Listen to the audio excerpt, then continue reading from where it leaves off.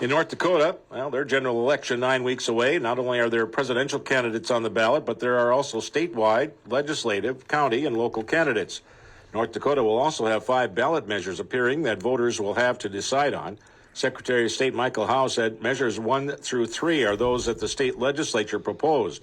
He said the last 2 measures are initiatives that the people proposed by gathering signatures. Measure 1 deals with terminology defining public institutions. State Representative Mike Nathie said this cleanup language on what the state constitution called schools for the deaf and dumb. He said it would change the language to school for the hard of hearing. Nath said it makes the language more appropriate for our time. Nath also said Measure 2 has to do with a constitutional change that increases the signatures from 4% to 5% of the North Dakota population for a ballot initiative to make it onto the ballot. That would equal around 39,000 signatures.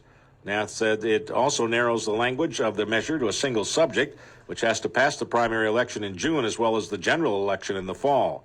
Right now, it's just the general election in the fall for the constitutional measure. Measure 3 has to do with the way the legacy fund is spent. Nath said right now, 15% of the principal in the fund can be touched.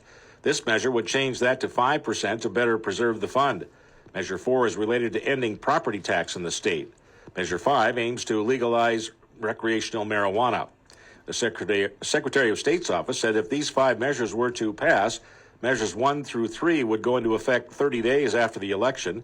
Measure 4 would go into effect January 1st, 2025, and Measure 5 would go into effect 30 days after the election.